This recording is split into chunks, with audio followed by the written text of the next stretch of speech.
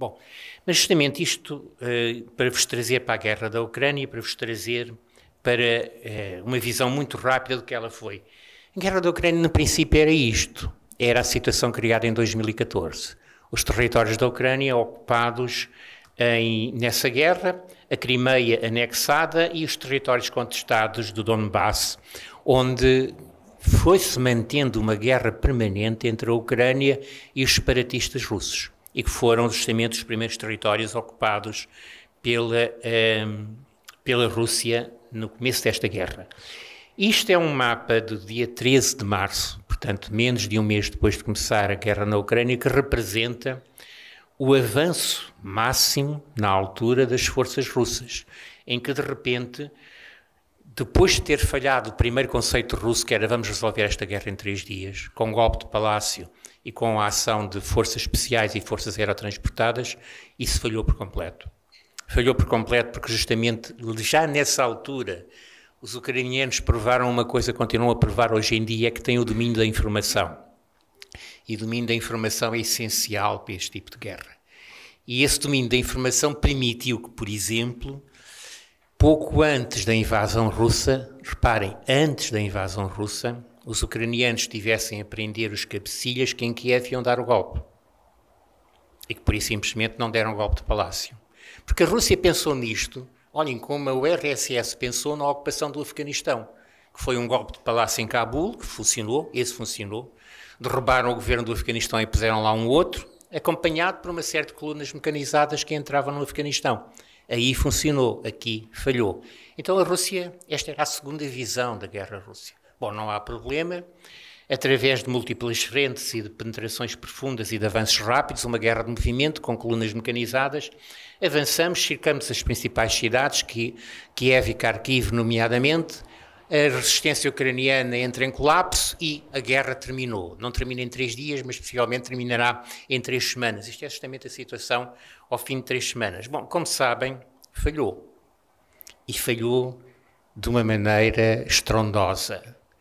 A Rússia não só foi obrigada a retirar, como foi obrigada a retirar com grandes perdas em todos os níveis e, mais do que isso, foi obrigada a retirar perdendo a face e com um pesadelo logístico que ela própria criou. Aliás, uma das coisas que é incrível, é mais um dos milagres desta guerra, se vocês quiserem, a mim pelo menos surpreende-me, é a extrema incompetência dos militares russos no desenvolvimento desta guerra. Aquele pesadelo logístico que criaram de início, fazendo coisas impensáveis do ponto de vista militar, é absolutamente incrível.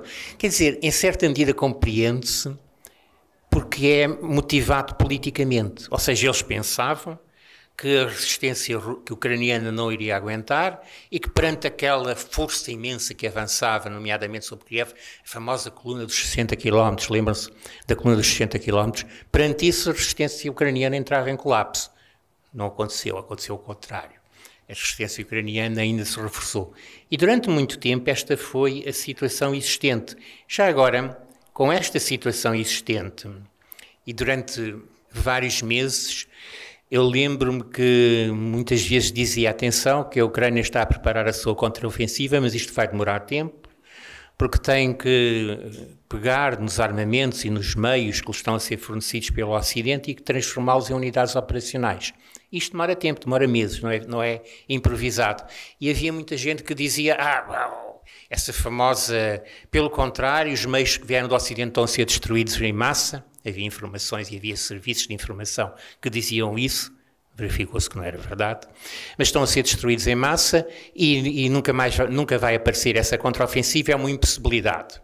Bom, nas últimas semanas já não dizem isso, porque a impossibilidade confirmou-se. E já agora este mapa que eu acho muito significativo, em que a branco aparece as zonas libertadas da Ucrânia, ou seja, numa altura em que a Ucrânia ainda quase ocupava, que a Rússia ainda quase ocupava 20% da Ucrânia, as zonas libertadas já eram quase tão grandes quanto as zonas ocupadas.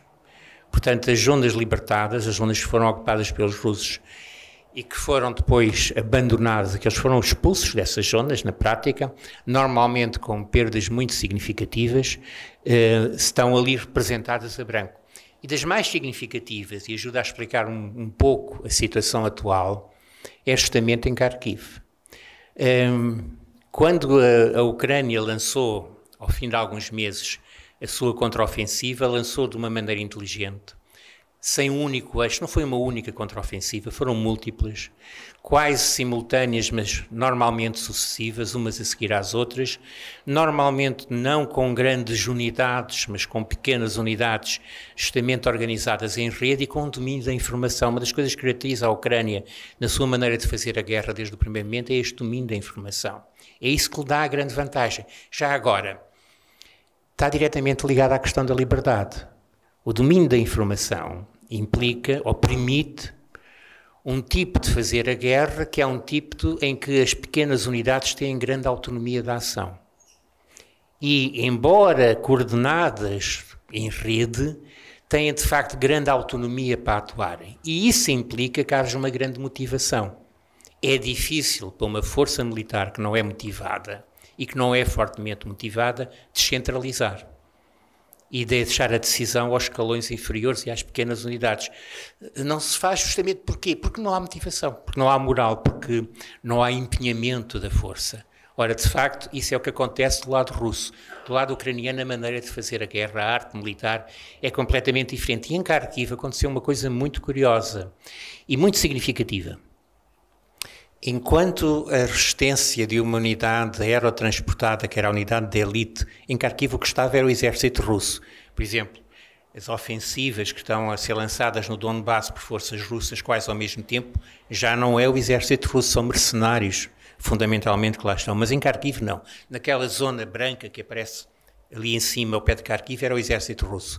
E havia uma unidade em particular, uma unidade de elite aerotransportada, que era o centro da defesa russa. Quando essa unidade retira, há um colapso do sistema russo. E aí a Ucrânia lançou uma ofensiva, de facto, de guerra de movimento muito bem pensada, forças concentradas numa frente muito pequena, que fazem um movimento de alargamento e ameaçando cercar o dispositivo russo. E foi a debandada, pura e simplesmente.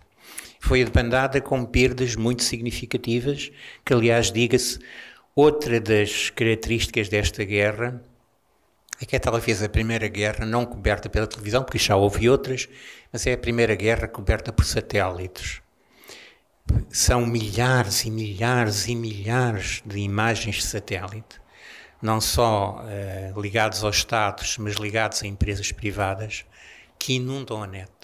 E é muito fácil saber, por exemplo, na ofensiva de Kharkiv, ver no terreno quais foram os veículos e quais foram os meios que os russos deixaram para trás. Portanto, isso está lá muito claramente.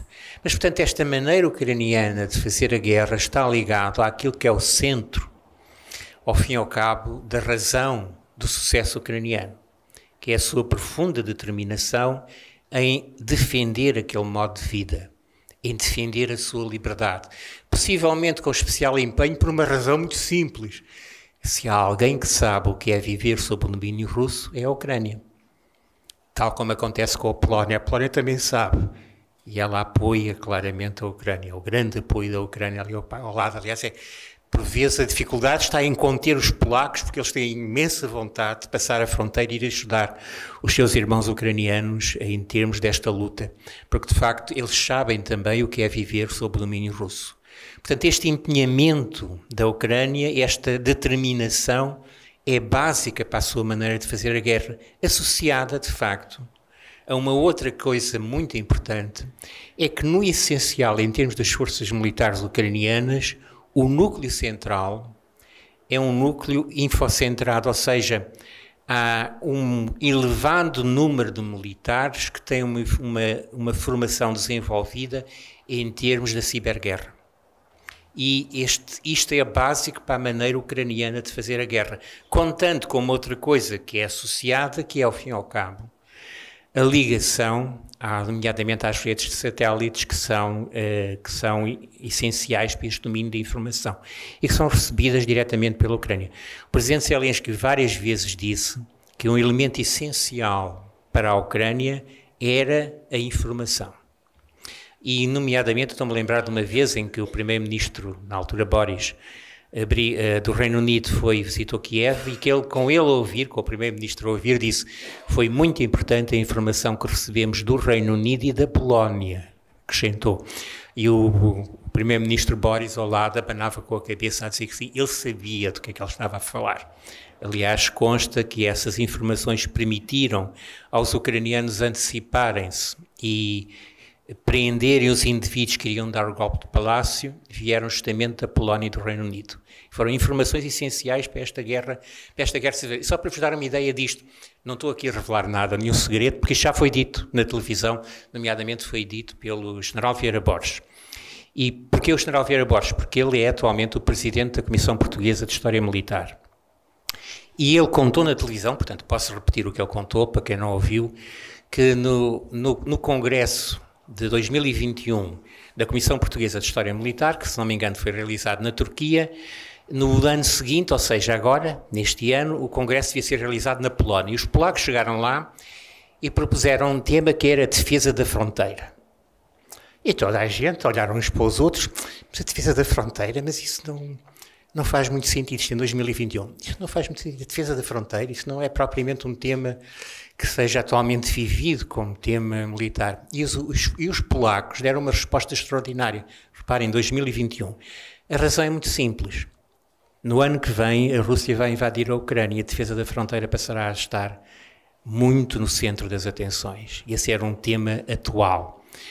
E as pessoas olharam uns para os outros, mas quer dizer, a partir do momento em que a delegação polaca dizia isto com tanto empenho e com tanta certeza, aceitaram.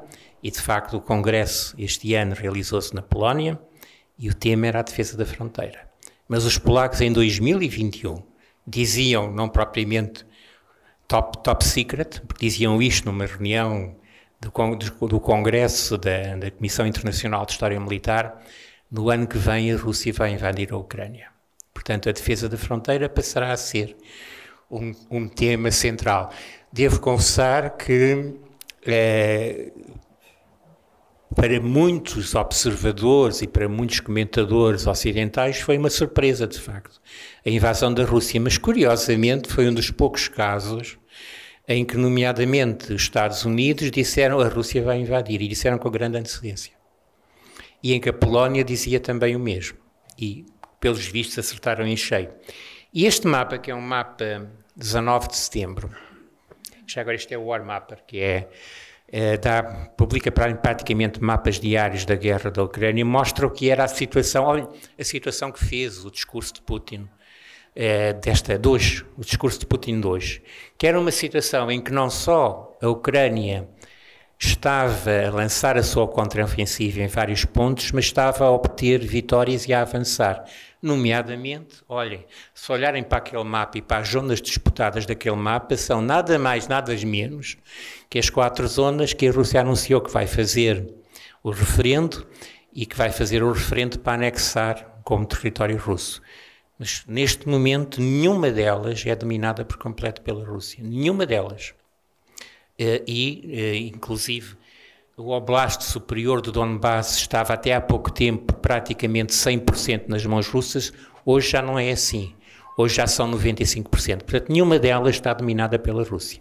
E são zonas onde se disputa diretamente, onde está a decorrer a contraofensiva ucraniana. E mais do que isso, possivelmente, dentro destas ofensivas sucessivas pensadas, a Ucrânia ainda não lançou a principal. Ainda está a guardar e a reservar os meios para a principal. Isto é uma coisa que também, através das redes de satélite, se consegue detectar onde estão as concentrações e o que é que se está a preparar. Mas, de facto, também não estou a revelar nenhum segredo, é por isso que o digo. As informações que há via satélite apontam para a grande concentração de forças ucranianas na zona que é justamente a zona a norte do Mar de Azov. Tudo indica que é aí que está a ser preparada aquilo que a Ucrânia espera que seja a sua contraofensiva principal. É evidente que isto é antes do discurso de Putin. E o que é significativo neste discurso de Putin, eu estou a falar disto porque, de facto, nos leva diretamente a uma outra questão, que é o preço da liberdade. O que é significativo neste discurso de Putin é que, primeiro, ele atribui ao Ocidente ameaças em termos de utilização de armas nucleares. Bom, eu confesso que tenho acompanhado com algum cuidado os acontecimentos ligados à guerra da Ucrânia desde que ela começou. Nunca ouvi um responsável ocidental, fosse quem fosse, e fosse de que país fosse, ou de que organização fosse, ameaçar com a utilização de armas nucleares. Nunca ouvi. Em contrapartida, ouvi várias vezes responsáveis russos fazerem isso, como, aliás, o presidente Putin repetiu com mais ênfase e até acrescentou, não é um bluff, não é um bluff. Portanto, ele justificou assim, não tem qualquer base, mas de facto ele é que ameaça com a utilização de armas nucleares. Já agora, eu sei que não quero abusar do tempo para permitir depois um debate, mas devo acrescentar que para mim, é uma opinião pessoal obviamente, não é de facto um bluff. É uma das poucas coisas que o presidente Putin disse que é verdade, não é um bluff. Ou seja, é uma circunstância em que se o regime se sentir ameaçado, eu vou ser mais preciso, se Putin se sentir ameaçado no seu poder, o que vai fazer é a fuga para a frente. O que fez agora é a fuga para a frente. É a escalada da guerra. Eu estou a perder no atual nível, então vamos ao nível seguinte. A ver se ainda me conseguem derrotar no nível seguinte. E, de facto, o último nível é a utilização de armas nucleares.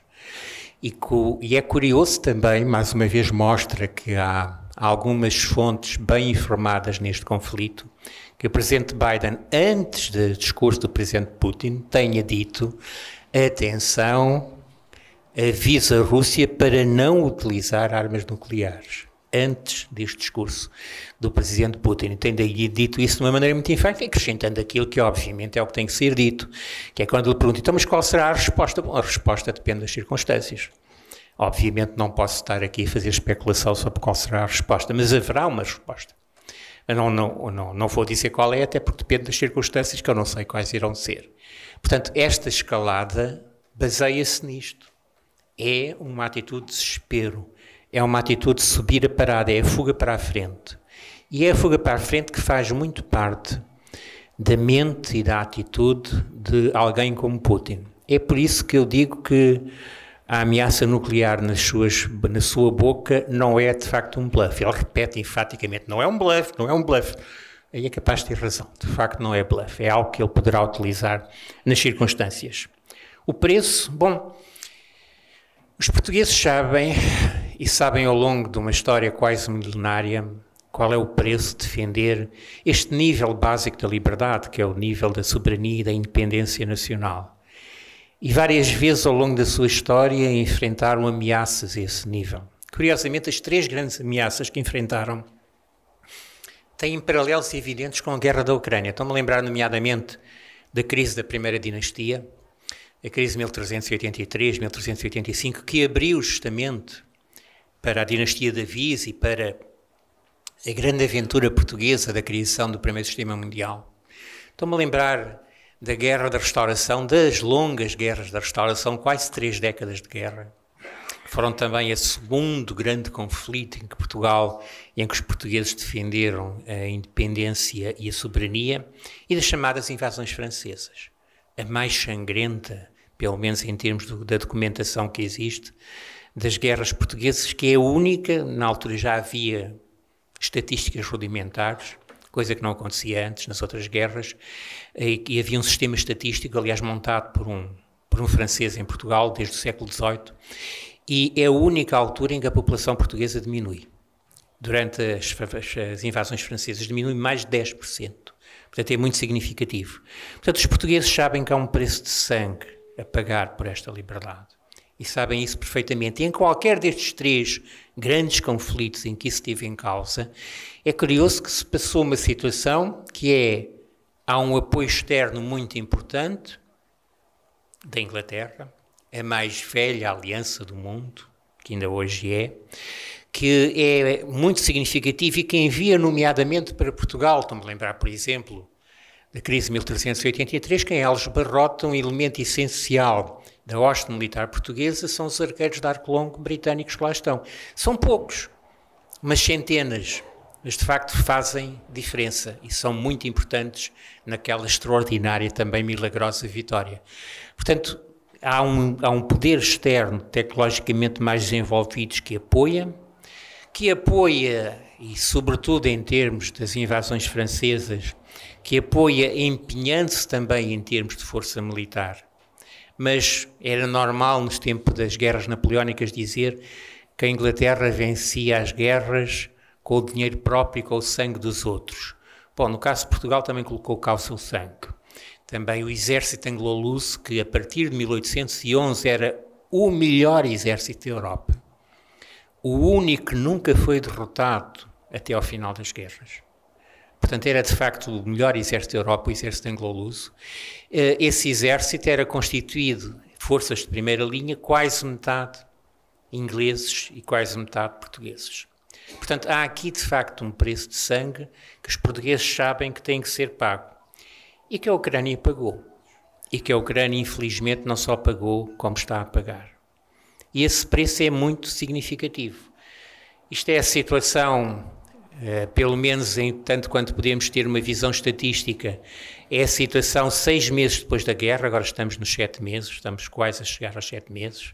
Isto é a situação 6 meses depois da guerra, em que, por exemplo, já agora, um dos pontos importantes, para além do preço do sangue, que é muito importante, por exemplo, ali o número oficial de mortes civis são indicados pela Ucrânia 5.587.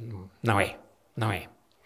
As estimativas é que só em Mariupol são mais de 22 mil mortes civis. Só em Mariupol. Também Mariupol foi a cidade mais sacrificada, a cidade arrasada por completo pela Rússia durante a guerra, completamente arrasada. Só aí pensa-se que foi mais de 22 mil, mas lá está, sendo um território que continua a ser ocupado pela Rússia, é muito difícil ter uma ideia do que é que realmente aconteceu ali. E números também que são absolutamente avassaladores, têm a ver com a razão porque é que as populações diminuem durante estas guerras. A Ucrânia tem mais de 6 milhões de refugiados, mas tem mais de 7 milhões de deslocados. Ou seja, ucranianos que fogem dos territórios ocupados pela Rússia para os territórios ocupados pela Ucrânia, os territórios da Ucrânia ocupados pela Ucrânia. E ainda isto a acrescentar, por acaso não aparece ali, mas ainda a acrescentar, segundo fontes russas, 3 milhões de ucranianos deportados para a Rússia. Bom, só isto já vos dá uma ideia de quanto é ridículo dizer que se vai fazer um referendo no Donbass, mas vai-se fazer um referendo no Donbass para que população? Porque a população do Donbass que existia em fevereiro de 2022 já não está lá. 3 milhões foram deportados para a Rússia. Não sei quantos milhões, eventualmente, estiveram nos refugiados que estão espalhados pela Europa. E há 7 milhões de ucranianos que fogem de onde? Dos territórios ocupados pela Rússia, que estão em territórios ocupados pela Ucrânia. Portanto, o que lá está da população de há 6 meses ou de há 7 meses atrás será metade. Ou seja, só isto é suficiente para ver como esses referendos são particularmente ridículos. É justamente uma maneira de Putin conseguir justificar a mobilização e conseguir justificar, eventualmente, o uso de armas nucleares. Mas, portanto, há um preço muito forte a pagar e há, de facto, uma resistência milagrosa, eu tenho dificuldade em classificá-la de outra maneira, mas uma resistência que tem também a ver com a ajuda exterior. E essa ajuda exterior é muito importante. O que está calculado há 6 meses atrás era 83 mil milhões em termos de ajuda externa, fundamentalmente militar, esmagadoramente dos Estados Unidos. Aqui há uns tempos diziam-se, eu infelizmente já ouvi pessoas muito conceituadas dizerem isso, a ajuda americana não vai durar muito, nomeadamente os republicanos estão a hesitar, e isso não vai durar muito, mas pelo contrário, há pouco tempo foi aprovada a maior tranche de ajuda à Ucrânia, 14 mil milhões, já aprovados depois destes 83 mil milhões. Para vos dar uma referência, o orçamento de defesa portuguesa anda pelos 3 mil milhões, isto é em dólares, anda pelos 3 mil milhões. Portanto, esta ajuda de 6 meses de guerra é 10 vezes mais o orçamento de defesa portuguesa. Portanto, ou 9 vezes ou mais o orçamento de defesa portuguesa, é muito significativa. E esmagadoramente é dos Estados Unidos, Canadá, Reino Unido muito importante, e só numa pequena parte, não chega a 10% da União Europeia. E, de facto, nós falamos muito na ajuda da União Europeia, nomeadamente em armamentos à Ucrânia, e existe, inclusive de Portugal, que mandou para lá uns M113, umas I-13, etc. E existe de facto, mas é muito pequena. Não é com isso que a Ucrânia consegue inverter a situação. Portanto, queria-vos dar estas noções sobre a minha visão do que são as liberdades, da maneira como elas se defendem e quando há alturas de crise, nomeadamente como esta da guerra da Ucrânia, o preço da liberdade. E não há dúvida que o primeiro preço, não só para criar a liberdade, mas para a defender, é o preço do sangue. Mas para que ele tenha sucesso é preciso tudo o resto. É preciso, olha, um povo capaz de suportar que 133 mil milhões de perdas materiais, como estão avaliadas até agora na Ucrânia, com 130 mil edifícios destruídos na Ucrânia, e que esteja disposto a suportar isso e dizer nós continuamos a lutar até à vitória. A continuar animado por este espírito. Nem todos o conseguiriam fazer. Sobretudo na Europa, nem todos claramente o conseguiriam fazer. A Ucrânia não só teoricamente o consegue fazer, como está a fazer, e mais do que isso, está a vencer a guerra e está a obrigar a Rússia a fazer esta escalada, a fazer esta fuga para a frente, que é uma fuga de desespero. Em última instância, o que Putin está a fazer com esta fuga para a frente, é uma opinião pessoal, é criar as condições da sua própria derrota. Numa situação em que a força militar russa, o principal problema que tem é um problema de coesão e de moral, estar a falar numa mobilização das reservas é uma epidemia, é disseminar a desmoralização, é aumentar a desmoralização. Ou seja, não só não resolve o problema central da Rússia, o problema central da Rússia não é a quantidade de forças na Ucrânia, é a sua eficácia. E a sua eficácia tem a ver, justamente, por um lado, com o seu sistema militar, por outro, com a desmoralização e com a falta de motivação nesta guerra.